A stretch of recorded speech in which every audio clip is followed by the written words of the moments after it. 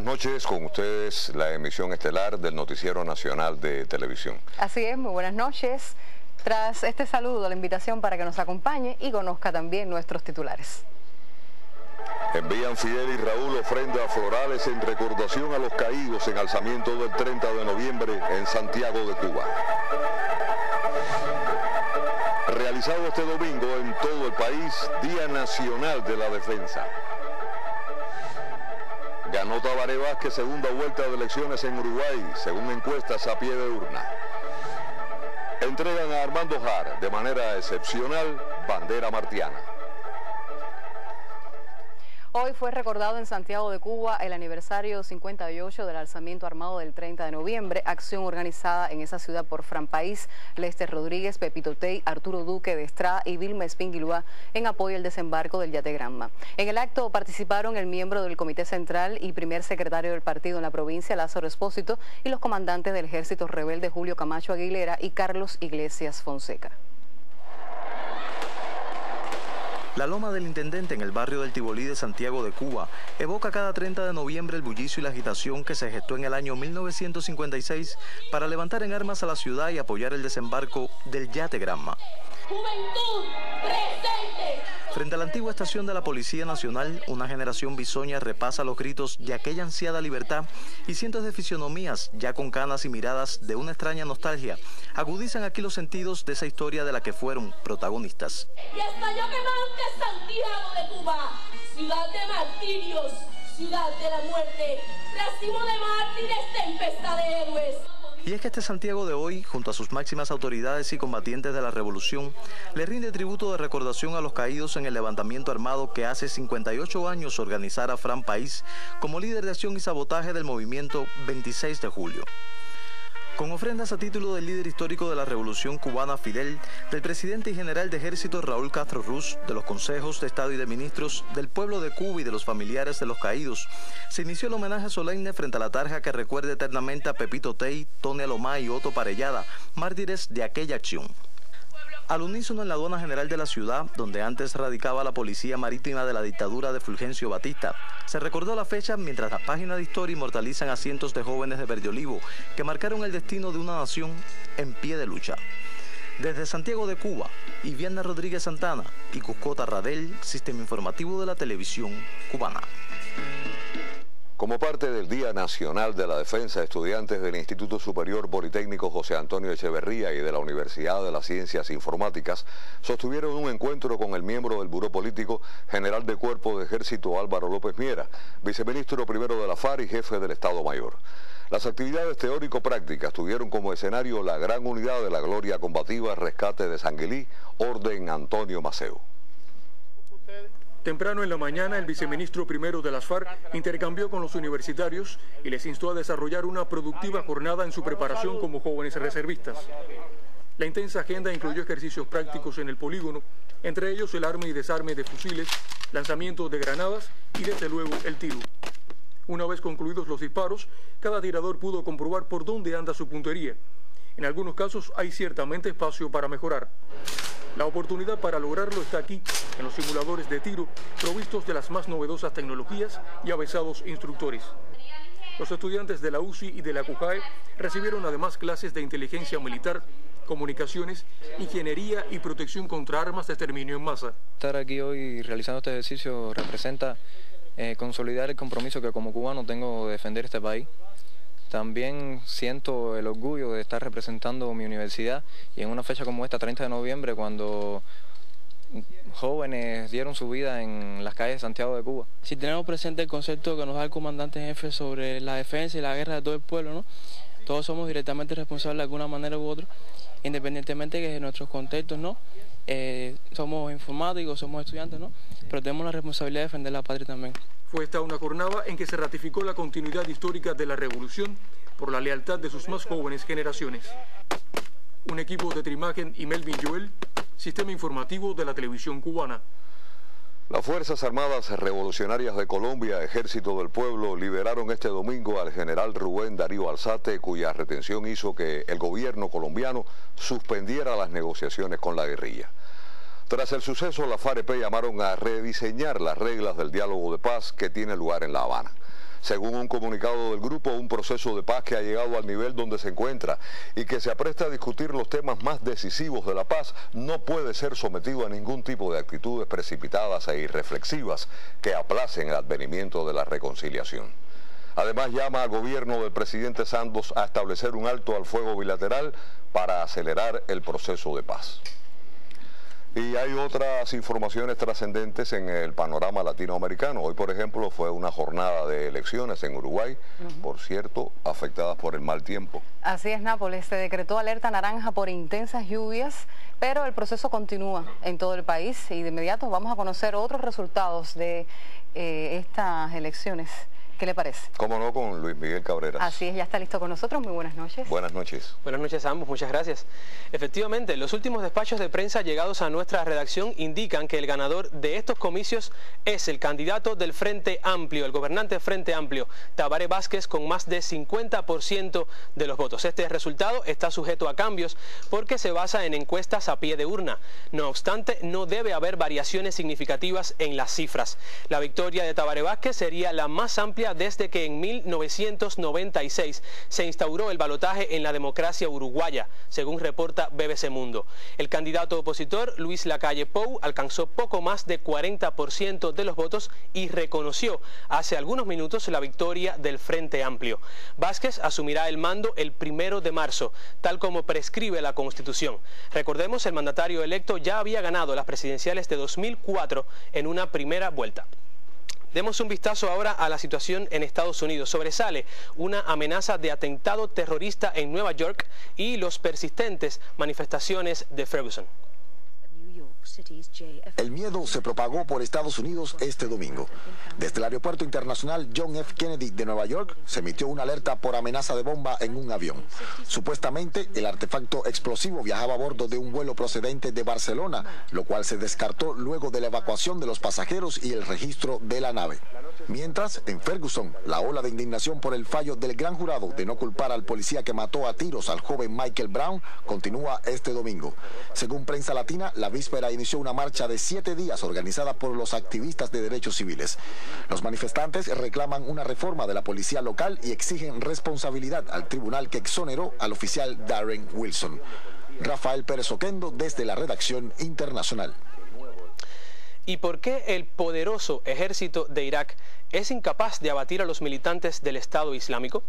Usted pensará de inmediato en el asombroso poderío militar de esa agrupación terrorista, pero este domingo apareció otra posible respuesta: corrupción. Una investigación dentro de las Fuerzas Armadas reveló que hay nada menos que 50.000 nombres ficticios en nómina. Estos soldados fantasma o nunca existieron o dejaron de prestar servicio, pero sus salarios han seguido pagándose. Hasta el momento se desconoce a dónde fue a parar el dinero desviado y, por supuesto, el ejército no es tan fuerte como se pensaba. Y con esta información despedimos nuestro segmento de actualidad internacional, pero continuamos acercándonos a las hermanas naciones del Caribe cuando resta menos de una semana para celebrar la 5ª cumbre CARICOM Cuba. Buenas noches.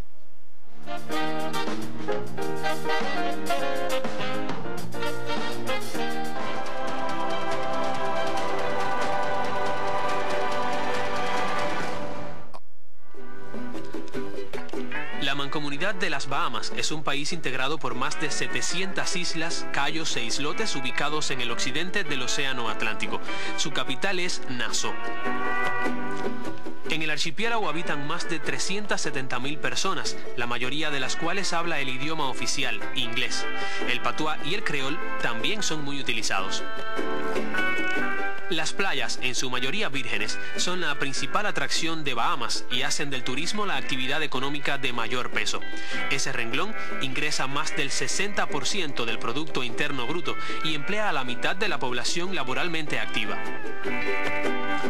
En la isla de Nueva Providencia se encuentra el mayor acuario al aire libre del mundo, con más de 100 variedades de peces. Las Bahamas pertenece a la Mancomunidad Británica de Naciones, por tanto su poder ejecutivo dentro de la isla recae en el primer ministro, el abogado Perry Christie. Cuba y esa nación caribeña celebraron recientemente el aniversario 40 del establecimiento de sus relaciones diplomáticas. La próxima cumbre de la CARICOM, en la que Bahamas estará representada, servirá para ratificar el excelente estado de los vínculos de cooperación y amistad entre ambos pueblos y gobiernos. Luis Miguel Cabrera desde la redacción internacional.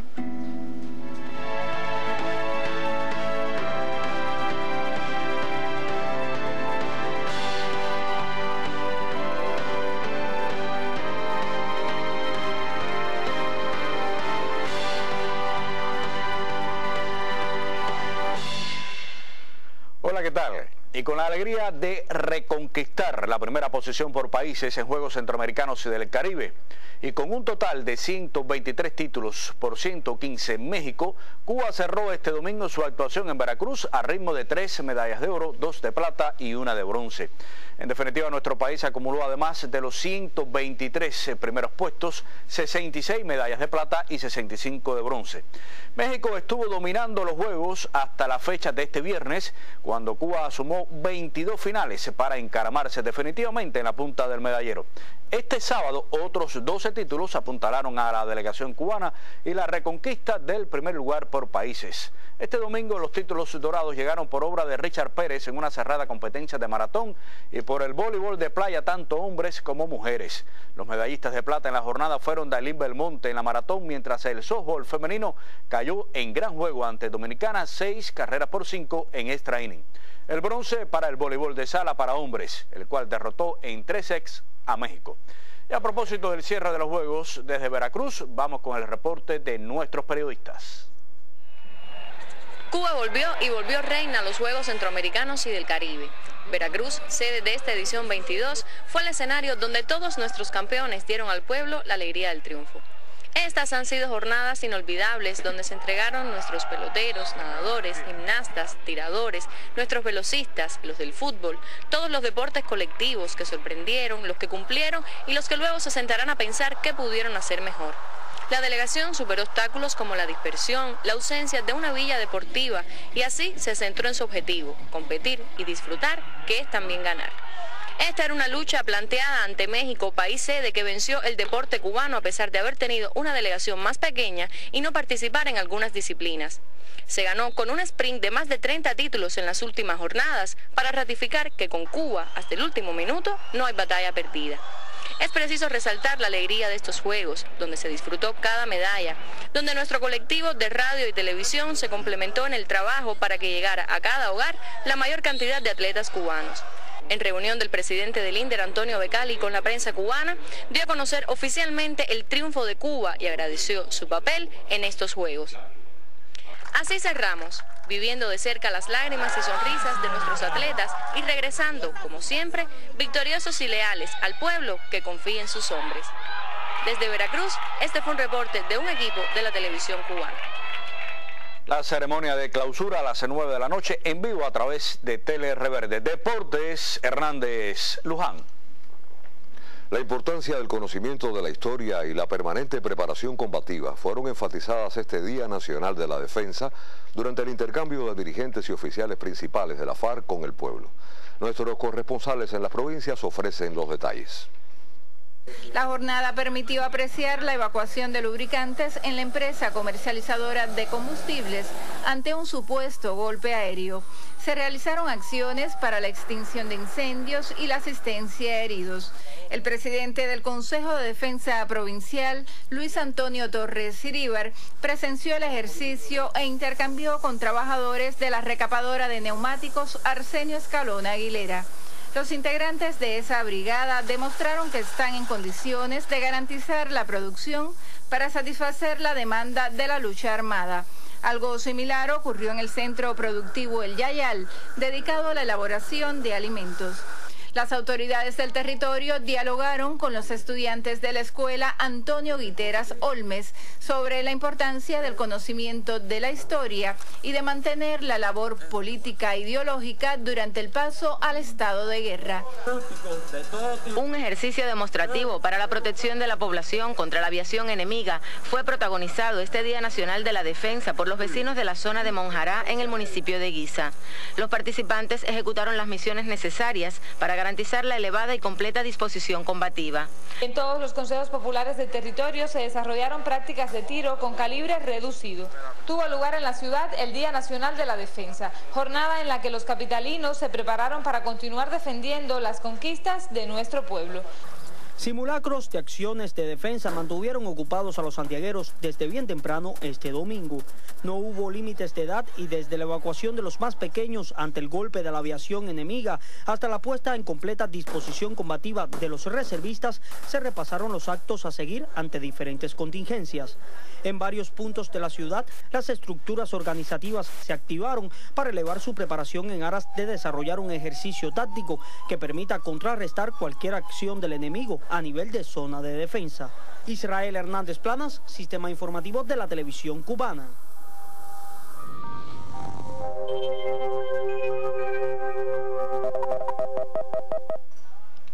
Buenas noches. Hoy, 30 de noviembre, finaliza oficialmente la temporada ciclónica que resultó ser poco activa, la menos activa desde 1998, con la formación de 9 organismos ciclónicos tropicales, 8 de los cuales alcanzaron la categoría de tormenta tropical y 6 de ellos llegaron a ser huracán y 2 alcanzaron la categoría de huracán intenso. Observen en el mapa del tiempo que Cuba se mantiene bajo la influencia de las altas presiones migratorias con un régimen de vientos de región nordeste sobre todo nuestro país, algo fuertes hacia zonas de la costa norte. En la imagen de satélite se puede observar los nublados que son transportados en las corrientes del nordeste. Como se observa en la imagen de satélite, los nublados persisten sobre la región oriental de nuestro país con chubascos y lluvias, y menos nubosidad prevalece sobre la parte occidental de nuestro país. Por lo tanto, se pronostica para mañana en la región occidental un amanecer parcialmente nublado y son posibles aisladas lluvias hacia zonas de la costa norte.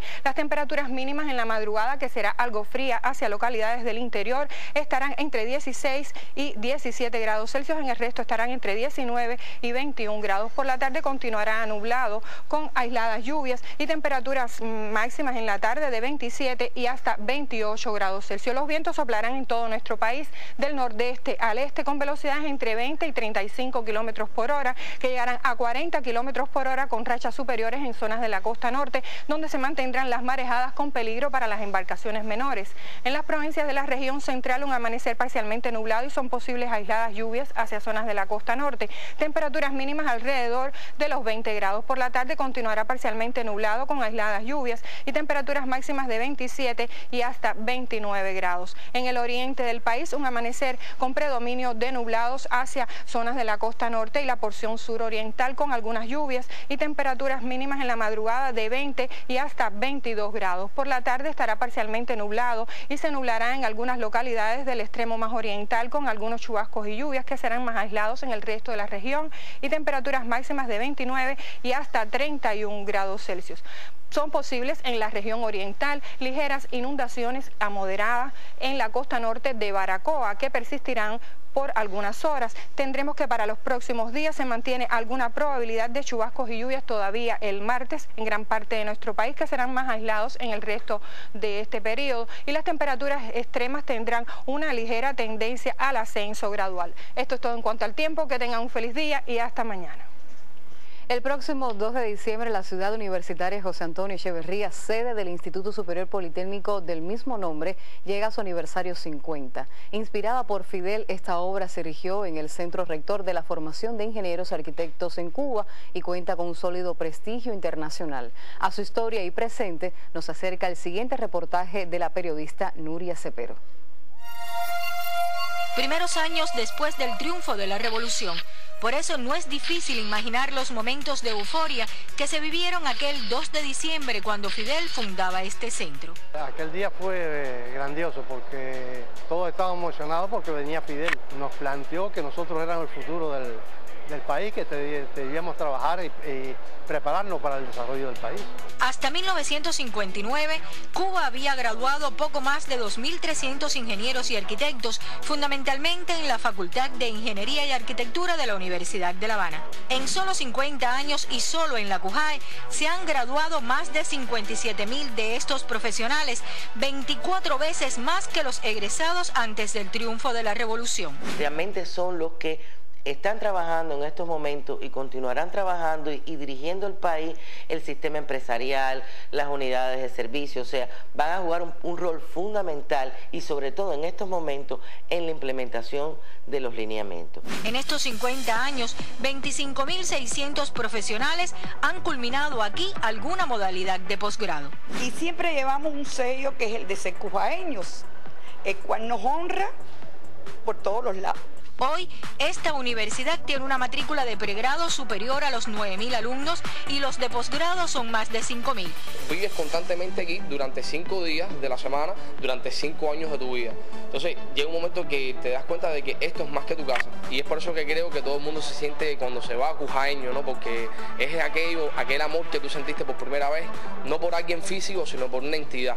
Nosotros en este momento tenemos una combinación de profesores jóvenes que se están formando y de un personal experimentado que han dedicado toda su vida a la universidad, que desde fundadores hasta la edad de jubilación se han mantenido trabajando en nuestra universidad y que en estos momentos contribuyen a la formación de esos profesores jóvenes que nos permitirán mantener la calidad que caracteriza a la universidad. Luego de pasar 5 años, la CUJAE se le coge un amor por los propios compañeros, el trabajo diario, la motivación de a pesar de dificultades, crecer profesionalmente, lograr cosas, darnos a conocer al mundo entero. Principalmente eso, el deseo de trabajar y las buenas relaciones y los buenos recuerdos que uno se lleva de los compañeros y de impulsar esta universidad que al final es de todo.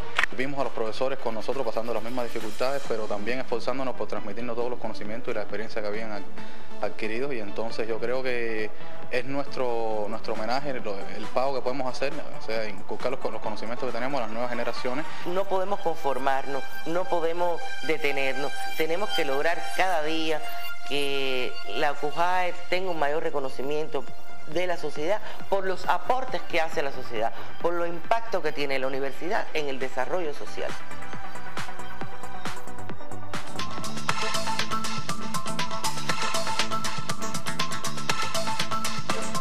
Esta semana tendrá lugar en Ecuador la cumbre de la Unión de Naciones Suramericanas, UNASUR, cuyos ejes centrales serán el traspaso de la presidencia pro tempore y la inauguración de la sede del bloque regional. El gobierno venezolano anunció en rueda de prensa que aplicará a partir de diciembre un aumento del 15% del salario mínimo. El creador de Wikileaks, Julian Assange, participará vía internet en la presentación de su libro en España. El mismo vincula a Google con el Departamento de Estado de los Estados Unidos. En el ámbito nacional conmemoraremos el aniversario 58 del desembarco del yate Granma y el Día de las Fuerzas Armadas Revolucionarias. El Día de la Medicina Latinoamericana en Cuba se dedicará de manera especial a todos los médicos colaboradores y al programa del doctor y la enfermera de familia. Y el Centro Nacional de Prevención de las ITS, VIH-Sida, realizará un amplio programa por el Día Mundial en respuesta a esta enfermedad. La exposición Fidel es Fidel del documentalista y fotógrafo Roberto Chile se inauguró en el Museo Histórico 26 de Julio de Santiago de Cuba. La muestra, integrada por audiovisuales y fotografías, es un reencuentro con la historia que se anida en el antiguo cuartel Moncada, hoy Ciudad Escolar 26 de Julio. El hacedor se reencuentra con sus obras y las reconoce independientes, dialogando con su público y también con la historia que se anida en el Moncada.